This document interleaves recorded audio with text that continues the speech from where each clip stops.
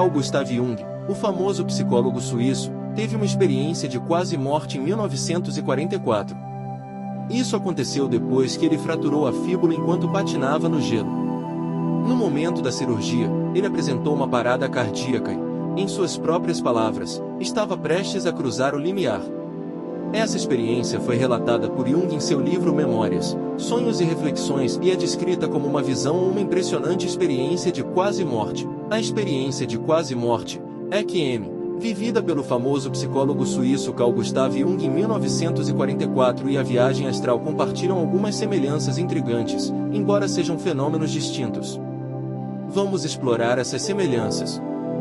Desprendimento da consciência. Tanto na EQM quanto na viagem astral, há uma sensação de separação entre a consciência e o corpo físico. Na EQM, a pessoa pode sentir-se flutuando acima do próprio corpo ou observando-o de fora. Na viagem astral, a consciência se projeta para fora do corpo, permitindo que o indivíduo explore outros planos de existência, exploração de outros reinos. Em ambas as experiências, há uma exploração de dimensões além do mundo material. Na EQM, as pessoas relatam visões de luz, túneis, encontros com entes queridos falecidos ou seres espirituais.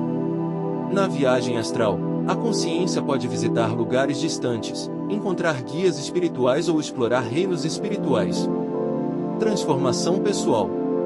Tanto a EQM quanto a viagem astral podem ter um profundo impacto na vida do indivíduo. Jung, após sua EQM, passou a acreditar na continuidade da consciência após a morte e explorou mais profundamente os aspectos espirituais de sua psicologia analítica. A viagem astral também pode levar a insights, cura emocional e expansão da consciência. Ligação com o inconsciente. Jung, como psicólogo, estava profundamente interessado no inconsciente coletivo e nos arquétipos.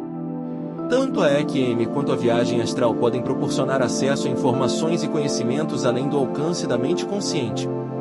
Em resumo, enquanto a EQM está ligada à proximidade da morte física, a viagem astral é uma exploração consciente do mundo espiritual. Ambas nos lembram que a realidade é mais complexa do que percebemos com nossos sentidos físicos e que a consciência pode transcender os limites do corpo. Agora, vamos ao relato da experiência, nas palavras do próprio Jung. No início de 1944 fraturei um pé e logo depois tive um infarto cardíaco. Durante a inconsciência tive delírios e visões que provavelmente começaram quando, em perigo de morte, administraram-me oxigênio e cânfora. As imagens eram tão violentas que eu próprio concluí que estava prestes a morrer. Disse-me minha enfermeira mais tarde, o senhor estava como que envolvido por um halo luminoso. É um fenômeno que ela observara às vezes nos agonizantes. Eu tinha atingido o limite extremo e não sei se era sonho ou êxtase. Seja o que for, aconteceram coisas muito estranhas. Parecia-me estar muito alto no espaço cósmico. Muito ao longe, abaixo de mim, eu via o globo terrestre banhado por uma maravilhosa luz azul. Via também o mar de um azul intenso e os continentes. Justamente sob os meus pés estava o Ceilão e na minha frente estendia-se o subcontinente indiano. Meu campo visual não abarcava toda a Terra, mas sua forma esférica era nitidamente perceptível e seus contornos brilhavam como prata através da maravilhosa luz azul. Em certas regiões, a esfera terrestre parecia colorida ou marchetada de um verde escuro como prata oxidada.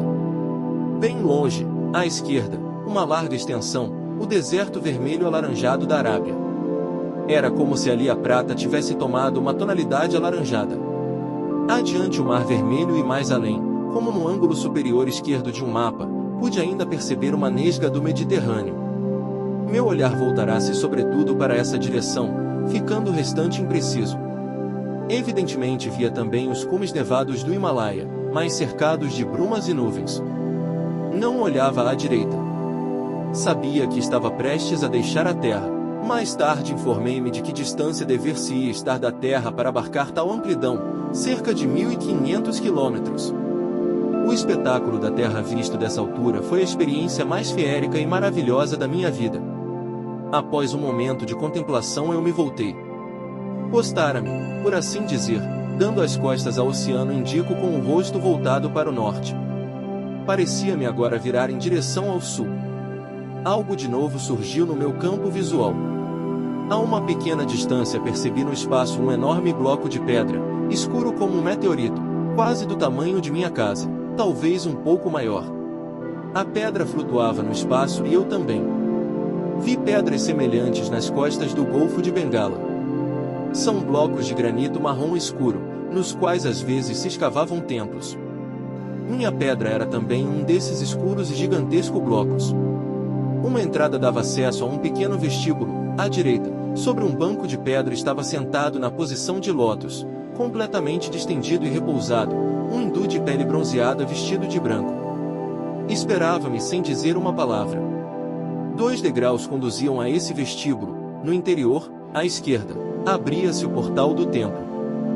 Vários nichos cheios de óleo de cocô em que ardiam mechas cercavam a porta de uma coroa de pequenas chamas claras. Isso eu realmente vi em Kandy, na ilha do Ceilão, quando visitava o templo do dente sagrado. Inúmeras fileiras de lâmpadas a óleo cercavam a entrada dele. Quando me aproximei dos degraus pelos quais se chegava ao rochedo, ocorreu-me algo estranho. Tudo o que tinha sido até então se afastava de mim. Tudo o que eu acreditava, desejava ou pensava, toda a fantasmagoria da existência terrestre se desligava de mim ou me era arrancada, processo extremamente doloroso. Entretanto, alguma coisa subsistia, porque me parecia então ter ao meu lado tudo que viverá ou fizera, tudo que se tinha desenrolado à minha volta. Poderia da mesma maneira dizer, estava perto de mim, e eu estava lá. Tudo isso, de certa forma, me compunha. Eu era feito de minha história e tinha certeza de que era bem eu. Eu sou o feixe daquilo que se cumpriu e daquilo que foi. Essa experiência me deu a impressão de uma extrema pobreza, mas ao mesmo tempo de uma extrema satisfação. Não tinha mais nada a querer nem a desejar, poder-se-ia dizer que eu era objetivo, era aquilo que tinha vivido. No princípio, dominava o sentimento de aniquilamento, de ser roubado ou despojado. Depois, isso também desapareceu. Tudo parecia ter passado, o que restava era um fato consumado sem nenhuma referência ao que tinha sido antes. Nenhum pesar de que alguma coisa se perdesse ou fosse arrebatada. Ao contrário, eu tinha tudo o que era e tinha apenas isso. Tive ainda uma outra preocupação, enquanto me aproximava do templo. Estava certo de chegar a um lugar iluminado e de aí encontrar o grupo de seres humanos aos quais na realidade pertenço. Então finalmente compreenderia, isso também era para mim uma certeza, em que relação histórica me alinhava, eu ou minha vida. Eu saberia o que houvera antes de mim, porque me tornará o que sou e para o que minha vida tenderia. Minha vida vivida me apareceu frequentemente como uma história sem começo nem fim. Tinha o sentimento de ser uma perícope histórica, um fragmento ao qual faltasse o que o precede e o que se segue. Minha vida parecia ter sido cortada por uma tesoura numa longa corrente na qual muitas perguntas tinham ficado sem resposta. Por que aconteceu isso? Por que trouxera comigo tais condições prévias? Que fizera eu dela? O que dela resultaria?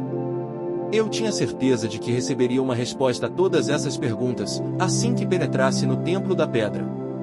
Aí compreenderia por que tudo fora assim e não de outra maneira. Eu me aproximaria de pessoas que saberiam responder à minha pergunta sobre o antes e o depois. Enquanto pensava nessas coisas, um fato atraiu minha atenção. Debaixo da Europa, ergueu-se uma imagem. Era meu médico, ou melhor sua imagem, circundada por uma corrente de ouro ou por uma coroa de louros dourada. Pensei imediatamente, ora veja. É o médico que me assistiu. Mas agora aparece em sua forma primeira, como um basileus de Cós. Durante sua vida fora um avatar desse basileus, a encarnação temporal da forma primeira, que existe desde sempre. Ei-lo agora em sua forma original. Sem dúvida eu também estava na minha forma primeira. Não cheguei a percebê-lo, somente imagino que deva ter sido assim. Quando ele chegou diante de mim, pairando como uma imagem nascida das profundezas, produziu-se entre nós uma silenciosa transmissão de pensamentos. Realmente meu médico fora delegado pela terra para trazer-me uma mensagem, protestavam contra a minha partida. Não tinha o direito de deixar a terra e devia retornar. No momento em que percebi essa mensagem, a visão desapareceu. Decepcionei-me profundamente, tudo parecia ter sido em vão. O doloroso processo de desfolhamento tinha sido inútil, não me fora permitido entrar no templo, nem encontrar os homens entre os quais tinha o meu lugar. Na realidade passaram-se ainda 3 semanas antes que me decidisse a viver, Não podia alimentar-me, tinha aversão pelos alimentos. O espetáculo da cidade das montanhas que via do meu leito de enfermo parecia uma cortina pintada com furos negros ou uma folha de jornal rasgada com fotografias que nada me diziam. Decepcionado, pensava, agora é preciso voltar para dentro das caixinhas. Ponto. Parecia, com efeito, que atrás do horizonte cósmico haviam construído artificialmente um mundo de 3 dimensões no qual cada ser humano ocupava uma caixinha. E de agora em diante deveria de novo convencer-me que viver nesse mundo tinha algum valor. A vida e o mundo inteiro se me afiguravam uma prisão e era imensamente irritante pensar que encontraria tudo na mesma ordem. Apenas experimentar a alegria de estar despojado de tudo e eis que de novo me sentia, como todos os outros homens, preso por fios dentro de uma caixinha. Quando estava no espaço não tinha peso e nada podia me atrair. E agora, tudo terminado. Sentia resistência contra meu médico porque ele me reconduzira à vida. Por outro lado, inquietava-me por ele. Repentinamente tive o terrível pensamento de que ele deveria morrer, no meu lugar. Procurei fazê-lo entender da melhor maneira, mas não me compreendeu. Então me aborreci. Por que finge ignorar que é um basileus de Cose que já reencontrou a sua forma primeira? Quer me fazer acreditar que não sabe. Isso me irritava. Minha mulher reprovou a falta de amabilidade que eu demonstrava em relação a ele. Ela tinha razão, mas ele me contrariava, recusando-me a falar de tudo que vivêramos em minha visão. Deus meu, é preciso que ele preste atenção. Não pode ficar tão despreocupado assim. Gostaria de falar-lhe a fim de que tomasse cuidado consigo. Era minha firme convicção de que ele estava em perigo porque o ouvira em sua forma original. E, com efeito, fui seu último paciente. Em 4 de abril de 1944, sei ainda exatamente a data, fui autorizado pela primeira vez a sentar-me à beira da cama e neste mesmo dia ele se deitou para não mais levantar. Soube que tivera um acesso de febre. Pouco depois morreu de septicemia. Era um bom médico, tinha algo de gênio, senão não teria aparecido sob os traços do príncipe de Cos. Durante essas semanas o ritmo de minha vida foi estranho. Durante o dia sentia-me frequentemente deprimido, miserável e fraco e ousava com dificuldade fazer um movimento. Melancolicamente pensava, agora preciso voltar a este mundo cinzento. De tarde, adormecia e o sono durava até perto de meia-noite. Então acordava e ficava desperto, talvez 1 hora, mas num estado muito particular. Ficava como que num êxtase ou numa grande beatitude. Sentia-me pairando no espaço como que abrigado no meio do universo, num vazio imenso, embora pleno do maior sentimento de felicidade possível. Era a beatitude eterna, não se pode descrevê-la, é extraordinariamente maravilhosa, eu pensava. Os que me cercavam também pareciam encantados. A essa hora da noite, a enfermeira tinha o hábito de esquentar minha refeição, porque somente então podia tomar algum alimento e comer com apetite. Durante certo tempo pareceu-me que a enfermeira era uma velha judia, muito mais velha do que na realidade, e que preparava pratos rituais. Quando a olhava, acreditava ver um halo azul em torno de sua cabeça.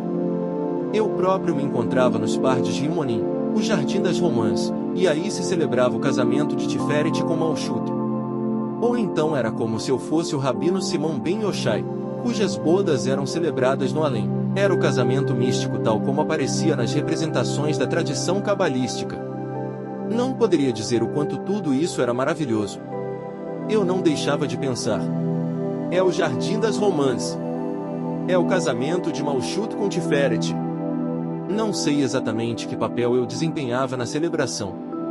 No fundo, tratava-se de mim mesmo. Eu era o casamento. E minha beatitude era a de um casamento feliz.